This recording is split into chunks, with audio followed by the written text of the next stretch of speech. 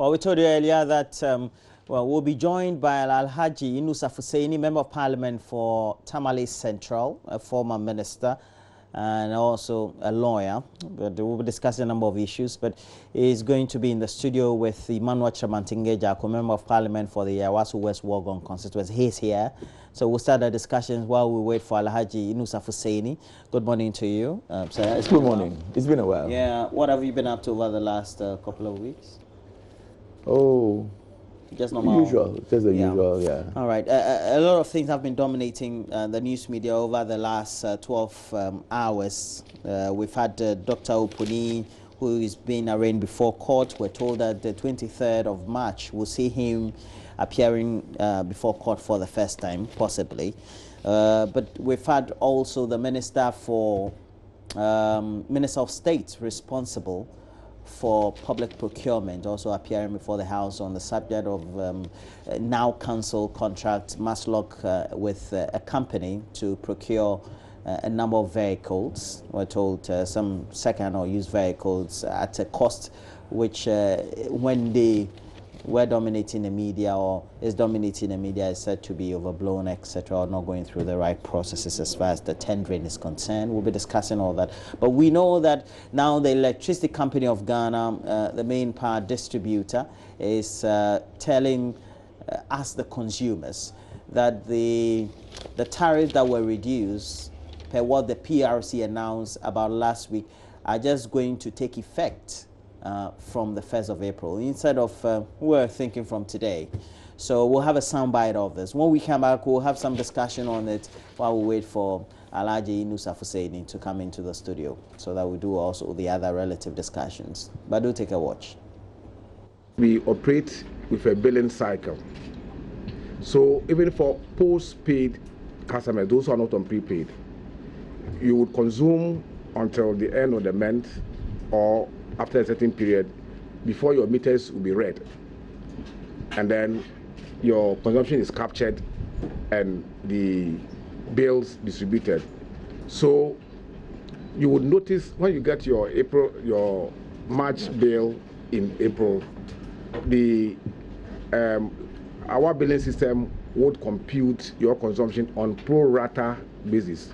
What you consumed earlier from 1st to 14th March will be based on the existing tariff, and then the next batch or for the 2-week period from 15th to to 31st will also be on the other tariff, and that is what the bill will indicate clearly to you. Because our billing system is on this 28-day cycle, or because of the billing cycle, the prepayment systems have been also been programmed in that way. And for that reason, we are saying that when you purchase units for the prepaid, your records will be there. And then on 1st April, when we are doing the computing, it will take that into account and credit you, and you see a reduction in whatever reduction that you deserve would reflect. And so it's a question of when do I see physically that reduction. But as for the implementation, the program is said that it will recognize it, and you would see the direct benefits from 1st April onwards.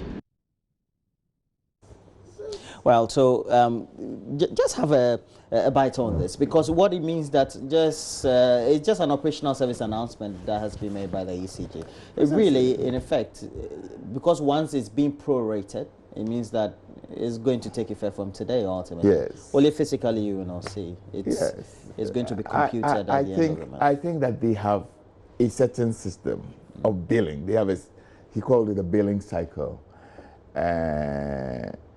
You cannot abruptly go into it and change things in the middle of the month. So all of us are hearing the chief executive of the managing director of electricity company saying that when your bills come, everything will be taken care of. From April 1st, when you go back to buy, if you are using prepaid, anything you have bought past 15th will be credited to you. I can't see anybody make any noise about this.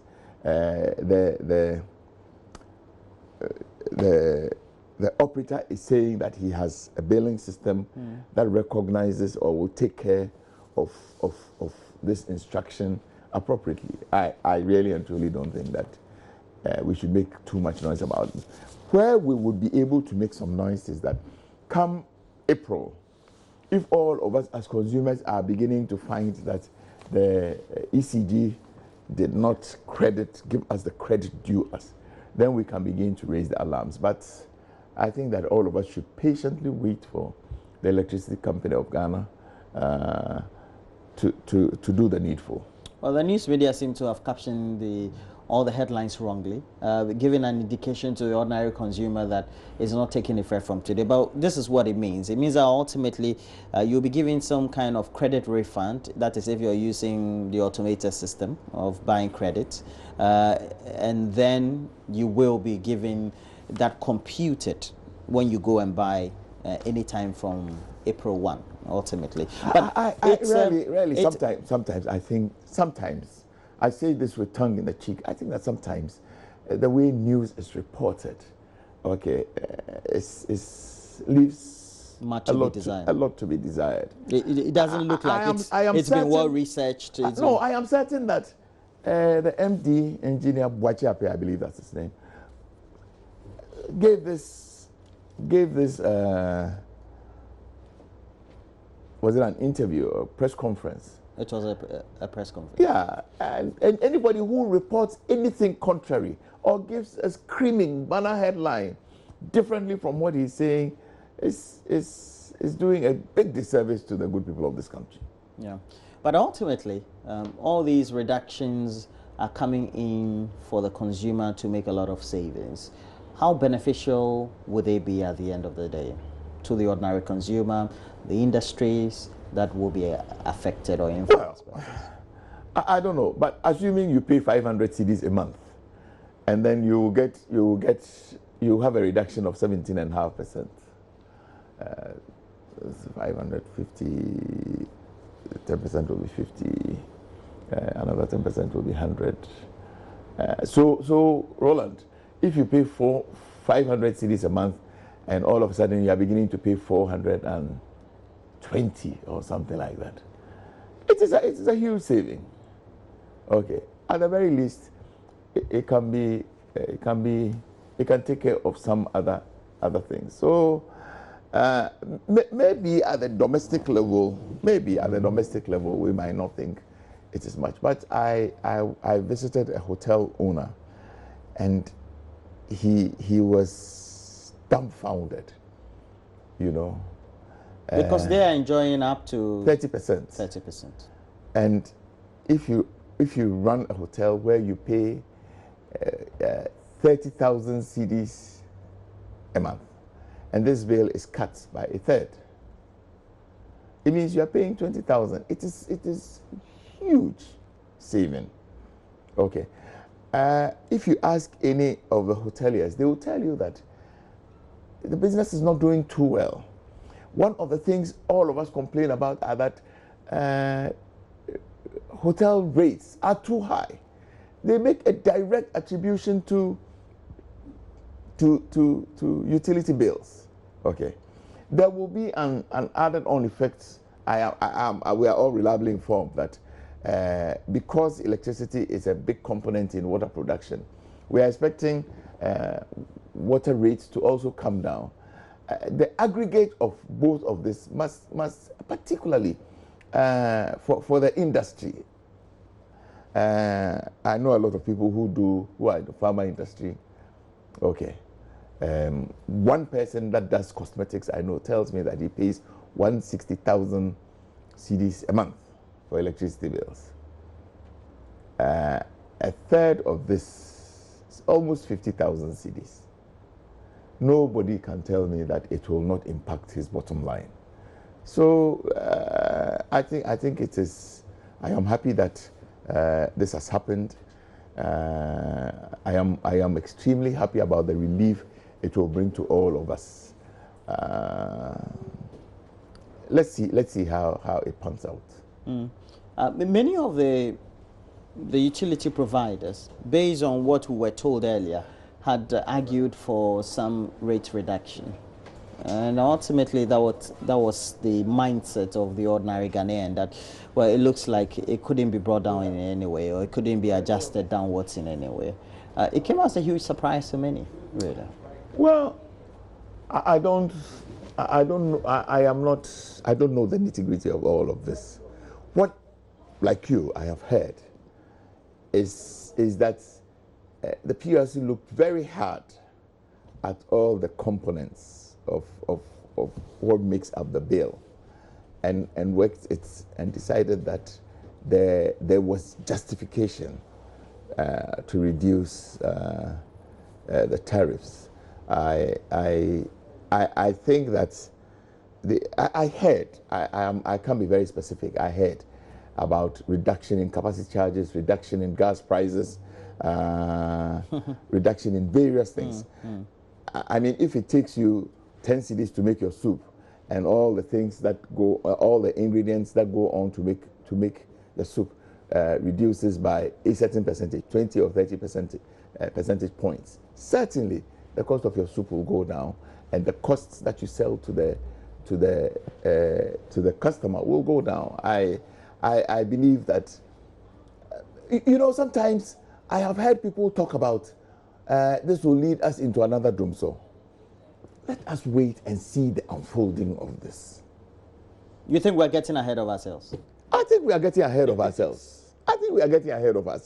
Of course, I mean, sometimes it is politics we do, and you don't expect people to be very happy and to be very comfortable when a major issue, I want to emphasize the word major issue like this happens. You don't expect the opponents to be happy. All right, so next then we'll talk about the main issues dominating the discussion platform this morning. It has been dominating over the last 12 hours, especially relating to likely appearance of Dr. Stephen Opuni, the former CEO of Cocoa Board. If all things go according to plan, he is going to answer charges. 27 counts there are. The first one, abetment of crime, namely defrauding by false pretense, contrary to sections 21 and 131(1) of the Criminal Offences Act. And they were saying that, well, in January or between January 2014 and November 2014 in Accra, the Greater Accra region, abetted Seydou Adongo and Agricole Ghana Limited to defraud Cocoa Board Agongo of the sum of some 43 million Ghana cedis. And there's a second one for the sum also running into some 43 as well. And all in all, we have a total of between 217 and 2.1 billion if you look at what the sums are between the two. Well, let's take a look at what this brief report tells us from Joseph Ekapole. The former Cocoa Board boss has since February 2017 been on the radar of officers of the Economic and Organized Crime Office, YOCO. In February 2017, Mr. Opuni's assets were frozen by YOCO, with sources within the office confirming a probe of all contracts entered during his tenure under scrutiny.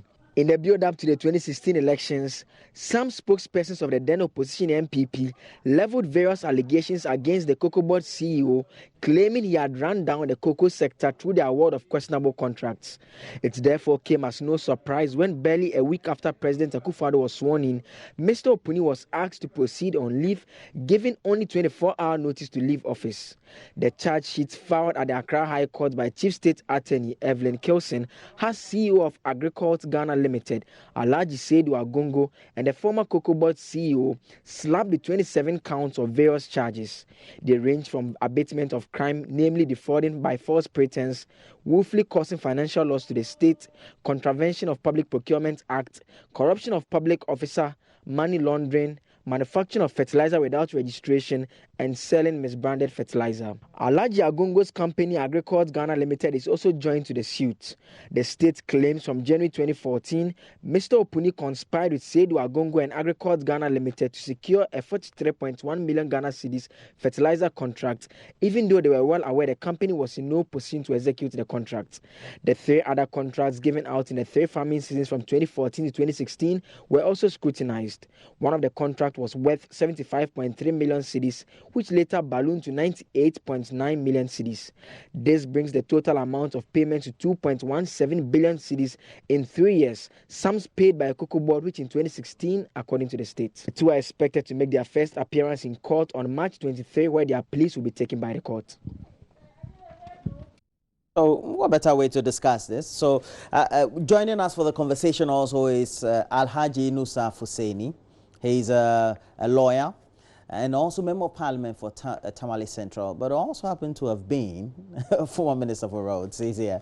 Thanks for joining me. Thank you. All right.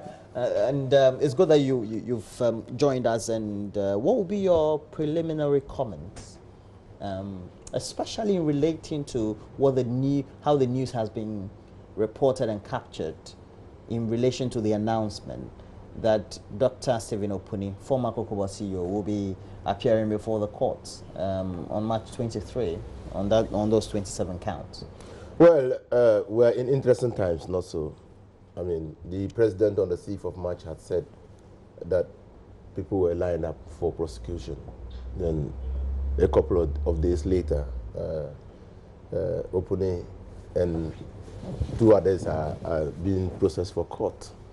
Yesterday, the charge sheet was filed around 8:30, and by 10 o'clock, we were all discussing it. 27 charges. A company has been sued for a criminal offense, Agriculture, has been sued for conspiring with 2 other natural persons to cause financial loss. Indeed, in the charge sheet, we have seen charges of receipt of criminal process. And what it means, we are yet to see. And then we've seen money laundering, because if you charge somebody for receipt of criminal process, the only natural concomitant of that charge is money laundering, because there will be an attempt to hide the criminal process. So they are interesting times. I'm sure Nana Adonko Akufo-Addo, if we were in private practice, this is a case you would have loved to defend. I see. Your own initial comment on Well, first and foremost, let me place on record that I'm not a lawyer. I might not have the flexibility and the use of language that my esteemed colleague here, and a very good friend of mine, Very, very good friend. has. But for me, what is important is that we live in a democracy, and an underpinning of a major underpinning of our democracy is a rule of law. A man is innocent until he is proven guilty. I think government has done the needful. This was not, as far as I am concerned, this was not a rushed situation. It has taken more than a year to come to this point. All right. Time was when people were stampeded only to go and find out that it was really a no issue. Number one. Number two, I personally have been a victim of a trial in the newspaper. I have been a victim of it. So I can sympathize with anybody who goes through a trial in the newspaper. But at least the matter has landed where it must land, in a court of competent jurisdiction. So let us see how it pans out. Okay. But like I said, the rule in the law is that a man is innocent until he's proven guilty. I want to believe that Dr. Stephen Kwabena Opuni will have his day in court. The Attorney General and the prosecutors will also have their day in court. At the end of the day, it is said that the law is blind. It does not look at persons. The name of the game is evidence. Is that right? Yeah, the name of the game is evidence. Okay. So let us see. I hear that on the 23rd of this month, the trial will begin. I am willing, and I am of the view that now that the matter is in courts, let the court decide on the matter. Now, I was just going through, since yesterday I've been trying, and we those who don't have any benefit of legal education becomes sometimes are not arduous tasks for us to keep reading and trying to call friends and colleagues who are lawyers to give better explanation to some of the phrases that we tend to read. So we try to do the interpretation in plain language or in just lay interpretations. You call it the reasonable man, the man that works in the street. Yeah.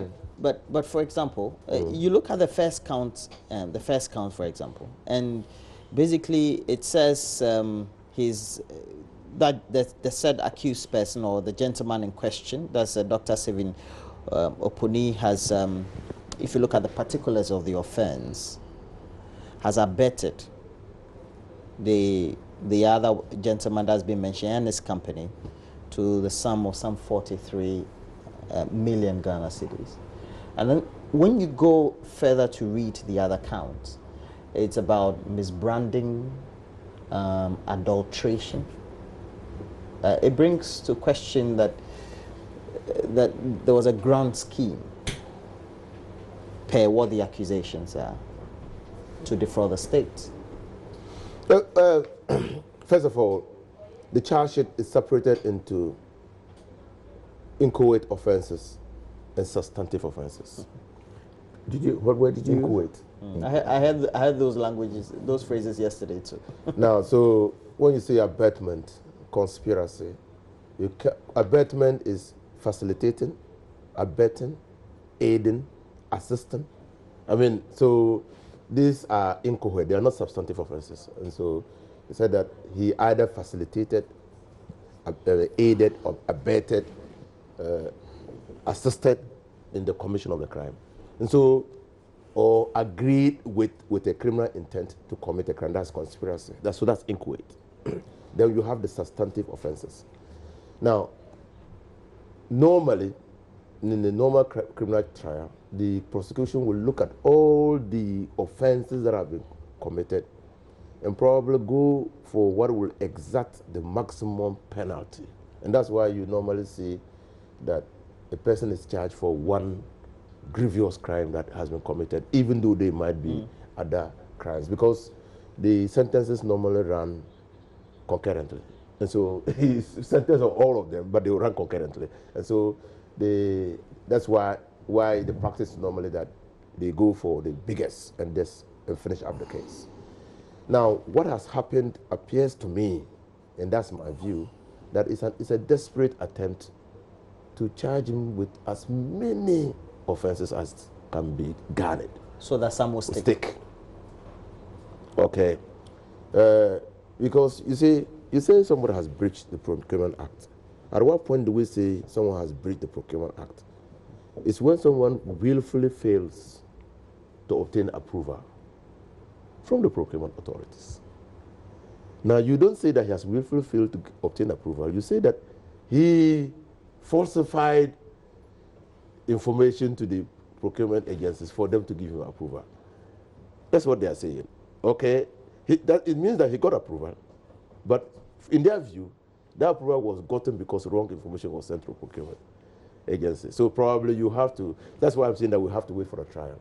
Yeah. You say that somebody was selling adulterated fertilizer, and I've had I've brought the fertilizer, but probably I'm from the northern part. Oh, so this is what you're holding. I'm from the northern part of Ghana. This is the fertilizer we're talking about. No, so it's not the agri-court sample. Yes, it's not the big. The little of it. It's not the that's bag. The little of it. It's not the bag. So that I brought because it our minds were all reverted on the bag. I brought it for you. That's little of it. Okay, that's little of it. That's 1 liter. That's the fertilizer. Okay. So Mr. Agongo gave it to you. My point of order. You said you're from the northern part. Mr. Agongo gave it to you. We don't do cocoa in. Yes. So the northern part, we normally when we talk about fertilizer, we are looking at 25 bags. So maybe my people will think that it's 25 bucks. No, is this the fertilizer? All right. Now, before the cocoa board can buy fertilizer, they must get approval from CREC. Cocoa Research Institute of Ghana. Yeah. Okay, there must be an approval before they can even deal. Now, so at what point will the product be adulterated? Is it after the approval has been given and the person who gets the approval consciously, deliberately, every time. with malicious when we say approval, that Yes. is the CREG or the Cocoa Research Institute checking whether the contents... It satisfies some criteria for them, and Some it's good. regulatory. With some regulatory criteria, and then they can give approval. Yeah. So that is why I would say that we are in interesting times. We have Very to wait, okay, and see exactly what this case is about. Now, It has the approval? That's the problem. The company started dealing with cocoa board on this particular fertilizer since 2014. Supplied in 2014, 2015, and 2016. Indeed, the company pre-financed the supply of the fertilizer. So again, you say that, at what point do we say that there's fraud by false pretenses? Then on the whole thing, if a company fails, neglects, or refuses to supply after it has been paid, and he's a businessman as well. If a company fails, refuses, or neglects to supply after it has entered into an agreement with a company to supply, that's a breach of contract, not so. So at what point will a breach of contract necessarily move the activity into a realm of a crime? And then require that person be charged with fraud by false pretenses, when there is evidence that that fellow has dealt with the company. So you see, we really have to wait. We really have. This is an interesting case. We really have to wait to see how the courts will look at it. Now, I get the impression that yes, Opuni is Opuni. Dr. Opuni is Dr. Opuni. We need to separate Dr. Opuni from Cocoa Board. They're two different entities. But I get the impression that between the period that Dr. Opuni was Cocoa Board Chief Executive, we have consciously or unconsciously merged the persona. Dr. Opuni is Cocoa Board, and Cocoa Board is Dr. Opuni. Right. Because if, say, the Agongo or Agricult fails or refuses to supply after Cocoa Board has paid him some money, who has the legal obligation to pursue the money? It's Cocoa Board. Headed by? No, it's Cocoa Board. Headed by? The Chief Executive. Managed by? The Chief Executive. Who is? The Chief Executive. Who is? The Chief Executive. Who is the individual, Dr. Stephen? No. It's a Cocoa Board. And the company, by company law, the company is different. It's a different entity. It's basic company law. And so let's see. Because we had painted the clear picture that Opuni was with criminal intent presiding over a state institution and dissipating the resources with careless abandon, we have come up with 27 charges against him. This is probably the beginning. Then you come to ask. You mean beginning of more cases? More cases. I mean, I said it before. And this is not the first time I'm saying it. I said it before. You were a Roads Minister. Have you also been captured in the dossier? Of what? Okay, please, let's continue. Of what? Let's continue. I don't know. But what I'm saying is that I've said it before, and I'm not surprised. From the way things were going, I knew that they were lining him up for prosecution. I knew. And I've heard people put their lives on the line by saying that if Opuni is not prosecuted, probably MPP should forget the next election. Who is that? No, I'm not. We're not here to try any other person. We're here to look at Opuni, not so. So now, 19 companies supplied the fertilizer to different types of fertilizer to Cocoa Board under similar circumstances. 19, not one company. 19. So is Sedu Agongon probably the weakest link in the 19? It is possible. 19 companies. It is possible. According to what the charges are. No, 19 companies. I'm telling you that 19. Forget about the 19. Well, can I yes, please. Well, I have been listening intently to my friend who is learned. Yes. I state again that I am not learned. But I take a very commonsensical approach to the things I say. First and foremost, he speaks about probably a point of law separating the body corporate from individuals. Yes, but you see, all of us live in this country, and all of us can attest sometimes to the overbearing nature of people who are in charge of institutions. I was Chief Executive Officer of Food and Drugs Authority. As soon as I left there, the person that followed me is Dr. Stephen Opuni. I am not the one to sit here to tell the stories. It is out there, it is evident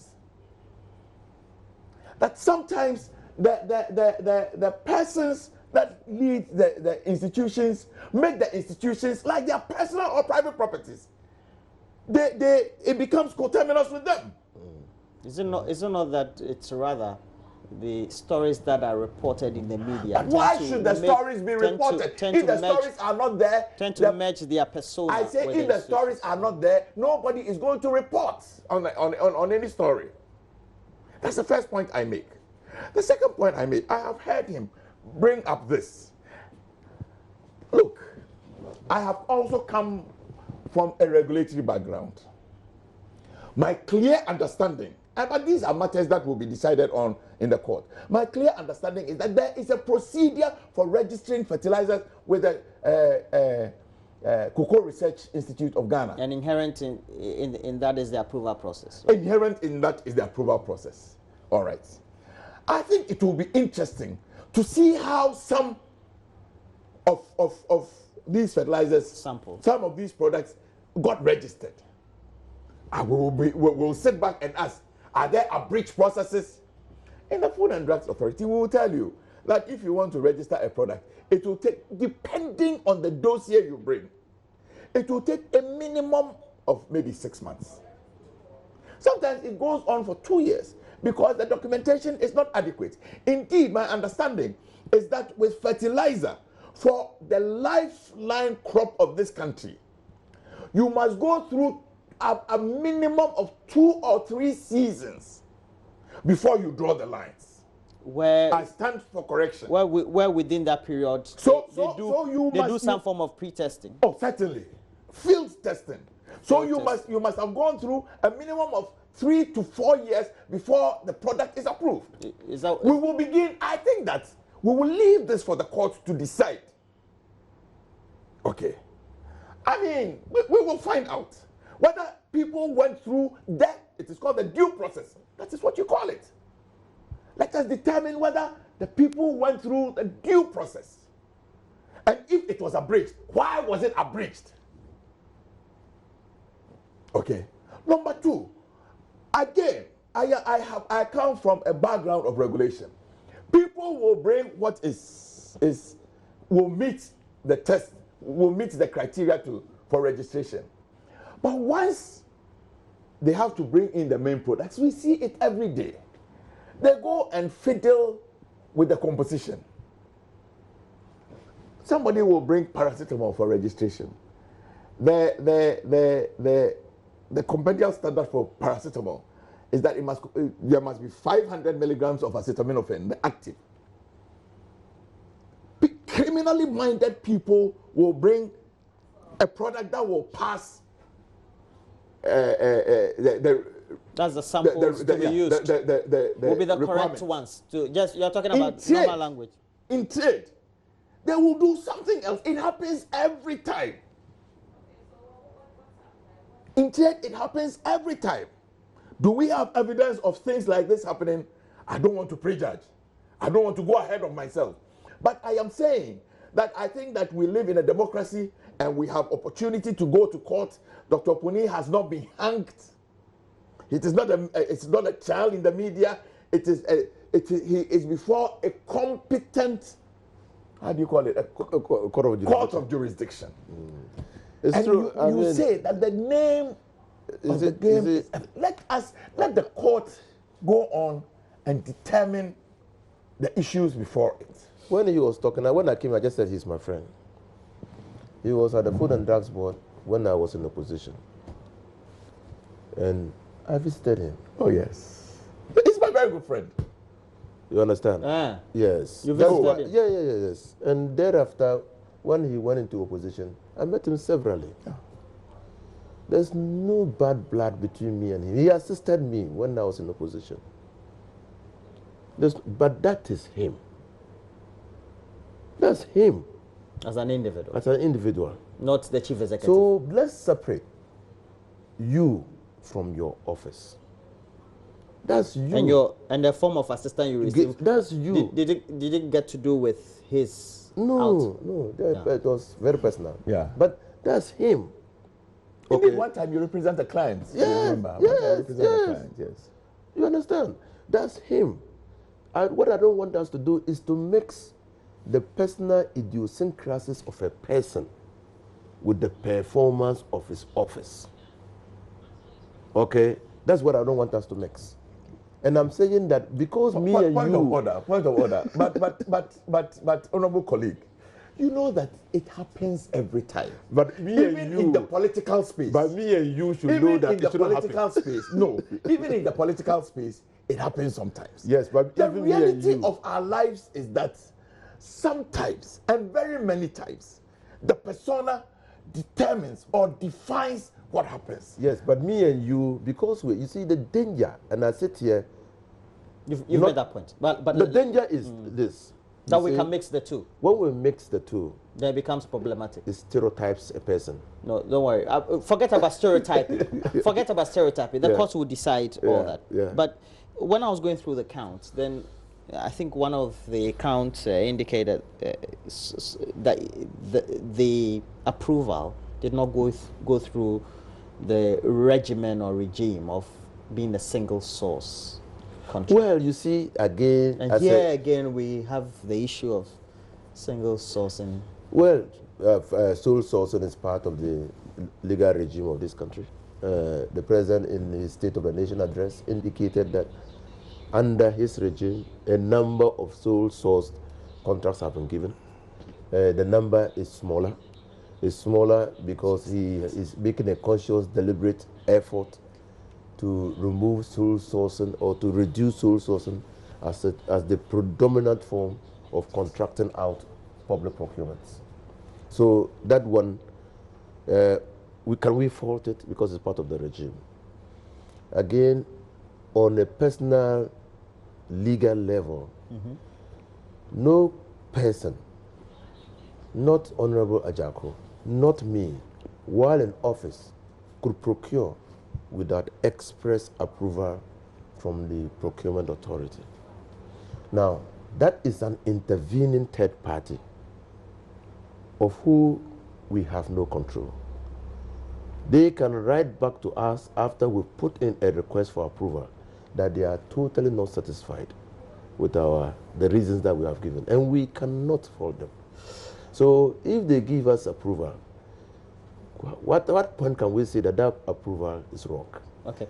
And in doing that, because one of the counts says the personality, his name was mentioned, Stephen Opuni, may have, and I'm saying may, because as it says misrepresented facts to gain an unfair advantage for that contract to be approved.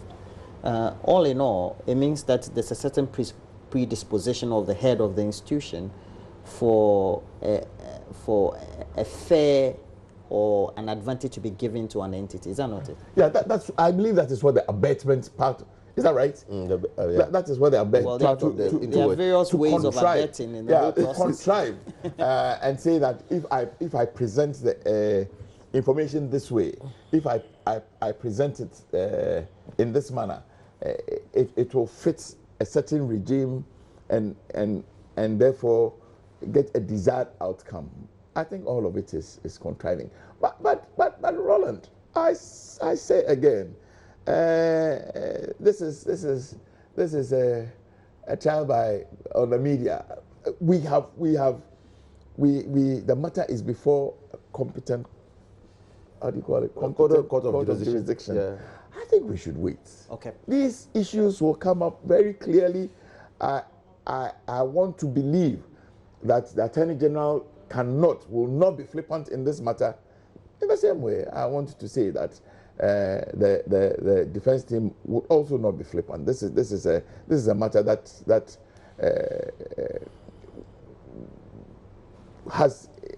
gives all the indications that it will be very interesting as it unfolds.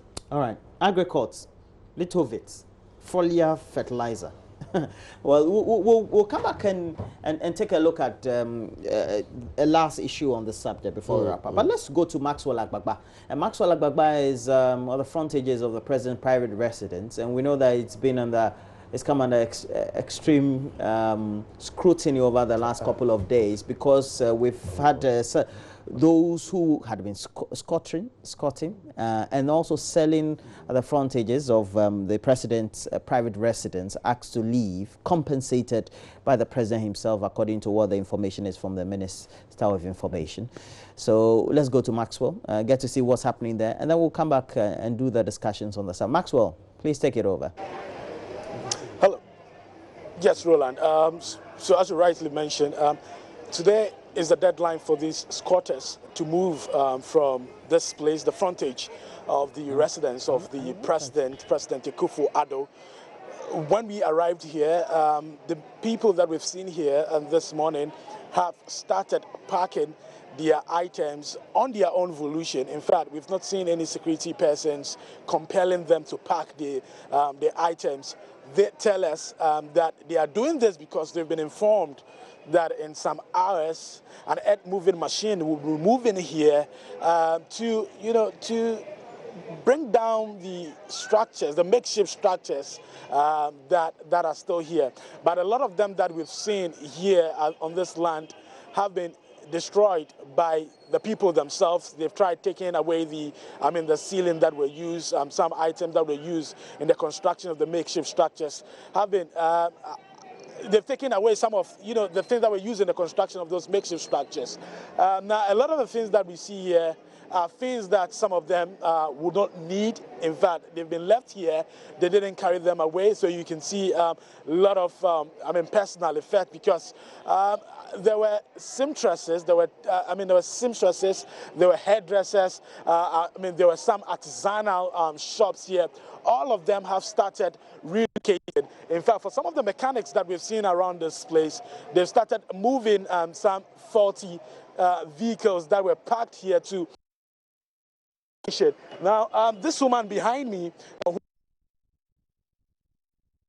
she says that she is moving to her hometown right about now, and she's getting ready to move to her hometown because she says she does not have a place to move to here in Accra. Majority of the people here are not willing to talk to us because they say that we have not done, the media especially, has not done enough advocacy for them. They are saying that since this issue cropped up, they've seen a lot of discussion going on in the media, and they thought that would bring some kind of relief to them. And by that discussion going on in the media, the decision to evict them from this place will be stopped. But it looks like that has not happened. So today, they said they feel disenchanted in the media for not helping their cause, so they are not willing to talk to us. Two people, however, have agreed to talk to us. Now, the woman sitting there has lived here for about 20 years. In fact, she's the only person, and then another lady, they have agreed to talk to us this morning. Let's find out from her. Mommy, how you doing? Mommy had to say.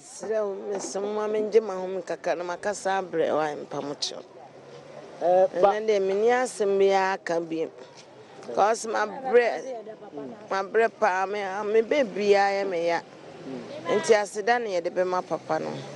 Said and I sing, I mean, Shirano. Anything be a better baby, a beba, baby will be a baby to Yaba. Tana meets me. Well, she agreed to talk to us. What she's saying now, however, is that she she's spoken a lot on this particular subject, and now they've agreed that they're going to move. She says she has headache, and that even if they move from this place, anytime there's an election, in fact, they will come back here to come and vote for the president. I sense some sarcasm in there. What's not aha best and few do those things? Oh, I had even say 21, 22. Bami wa area mu ha na me ba. It's area mu ha na me ba. Okay. Some the back on there be 34 years. Okay. I'm at an area mu ha me de bia ba. Okay. She says in total she stayed here for 21 years. I mean, she's also stayed in this community for some time. So all totaling 34 years. And to see Juma Ben I would you are. Okay, I na me tonsa. Okay. Weekend na man we duane kakra. Okay. She says she used to own a pub here, and weekends also she sells food to sell. But I want to find out from you, and to see who to akwa. Oh, sisi ano. Me ka se me ko me krom. Ko se nkna. Ko ha dan obibi a 36 million no. E donso. Nti mama dwen se me ko me krom na me ma atna. Na wo ma atna. Ama se beto abana metimi abeda o mo nchen atuma ba. Nti other time me ba besra o so. Okay. Okay. Well, she says that she'll be going to a village by her children, still live here at this place, and she'll be coming here to visit them, regularly here at Nima. She's not too excited about what's happening. She's cleaning tears from her eyes right now. The other time we spoke to her too, that was her stage when we spoke to her the other time also. She was crying. A lot of the residents here are not too happy about what is happening, but they tell me that they would have to move because they've been told to do so. When you come here, they've started parking and they're ready to live here.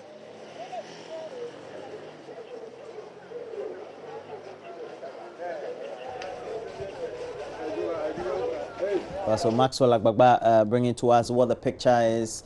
We know some of the sites may not be very good, pleasing to the eye, but the thing is also that this whole is shrouded on the back of how security at the private estates of the president also need to be maintained. And we have to put all these issues into perspective. And let me just get a word or two from the two of you. This issue has become controversial, hasn't it? But the thing is, the president's private estate needs to be having the needed security as it is. Let me start with you, Mr. Chimanti. Roland, I think it is unfortunate that we have made this a matter for discussion in the media. I think it's unfortunate. Sometimes I think that when the adjoining countries hear that this is a matter in the public space and it has become a matter for discussion, I think the Togolese and the Burkinabes will laugh at us. The security of the state is coterminous with the security of the president is coterminous with the security of the state. And you can't compromise. When he was opposition leader, when he was Minister for Foreign Affairs, it was not the same. Absolutely not the same. Today, he is the first gentleman of the land. He is the fountain of honor. We cannot allow anything that compromises his security. Look, I feel so sad that this matter has come up in the media space. It is unnecessary, absolutely unnecessary. I think we should stop it. Today, the president is Nana Addo Dankwa Akufo-Addo. Tomorrow, it will be Mr. XYZ. And Mr. XYZ. Tomorrow it will be Mr. XYZ.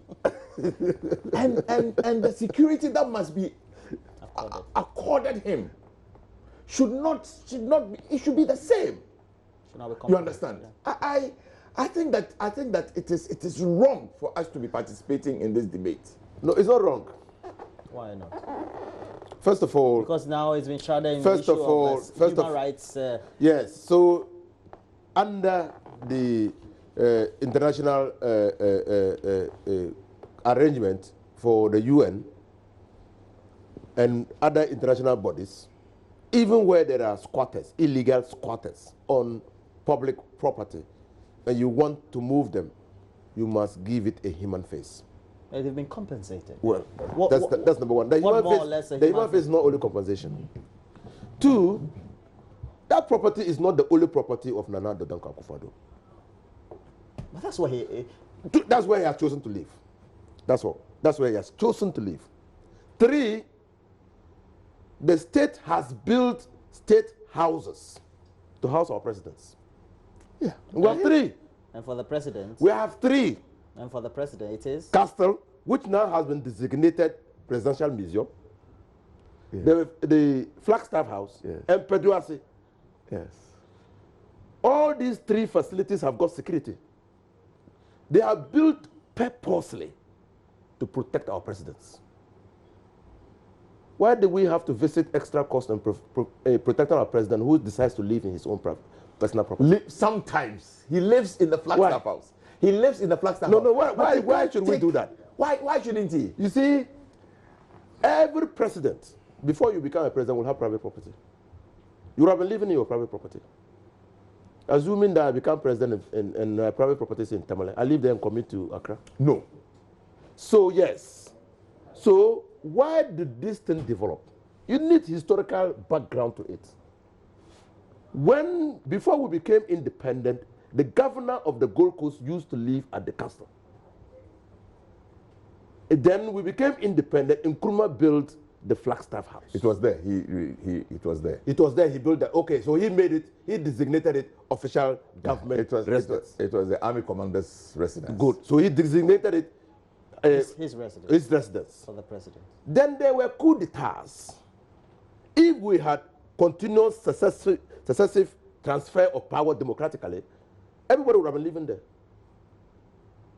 The property fell into disuse after Achampong and Akufu. After Kotoka, Buzie could not live there. Buzie was committing to work from Odoko. From Odoko. That's how Buzie was committing to work. Never mind the fuel we were buying, never mind the vehicles we were buying, never mind the security we put there. But there was a reason. The property had fallen into disuse. Then he was overthrown by Achampong. Then Achampong by Akufo. Then Liman came. He decided to live in the castle because he couldn't be committed to work from Laura. Teshinungwa, he used to live in Teshinungwa. Why? If he decided to live in Laura, who will prevent him? It's not feasible. No, who will prevent him? Nobody will prevent him. Yes. It's not feasible. So like Nana Akufo-Addo had decided to live in Ridge. Who can prevent him? He's the #1 person of this country. So we said he lived at the castle. Then Rollins lived at the castle. Kufuor came and said, no, I will live in my house. Kufuor was living in his house and commuting to work. That's how come he got the accident. He was going to work. That's not how come he got the accident. But he was driving to work. He got the accident He because was driving there to was work. a misnomer on the road. He was driving to work. Kwame Nkrumah lived in the Flagstaff House. He was shot at in the Flagstaff House. He was driving to So work. that's the paranoia. That's a paranoia. No one wants to live in the Flagstaff House. Because that's a paranoia. Honorable member, this is a good point. We have to wrap up. But Kufuor saw the need, and that's why he should be congratulated. That look, we needed probably before the accident. Kufuor had already seen the dangers of living in your house and commuting to work. So he got $30 million from India to put up the house. $30 million. And we said we got a top up for I said that the house was finally built at $100 million. Why do we spend extra money in maintaining the president at his private residence? Why? But it is his private residence. Are you saying that by virtue That is of the what fact has that caused what's his name? Azuma Jacob Zuma. Investing your own public resources in your own private property. Kufuor had to go around it by the farmer. 40 million Ghana cedis farmer. You remember? There we go. Very well. Yes. As a reporter. Don't do it that way. Please, Mr. President, you are a fine gentleman. You respect. He lives in the Flagstaff house. Live in the Flagstaff house. Nothing stops him from going to his nothing stops him.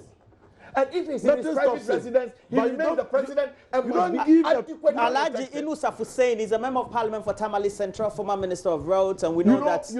I probably don't need to say. But Emmanuel Chemanteja is a member of parliament for Yawaso Westward constituency. In Jowlu. But we have to move on. Even when he was not there, there was police protection there. I'm not saying there shouldn't be police protection. Yeah, so what is it? All private properties of the president will now be subject of security consideration. I love the way you're tapping me. Yeah. So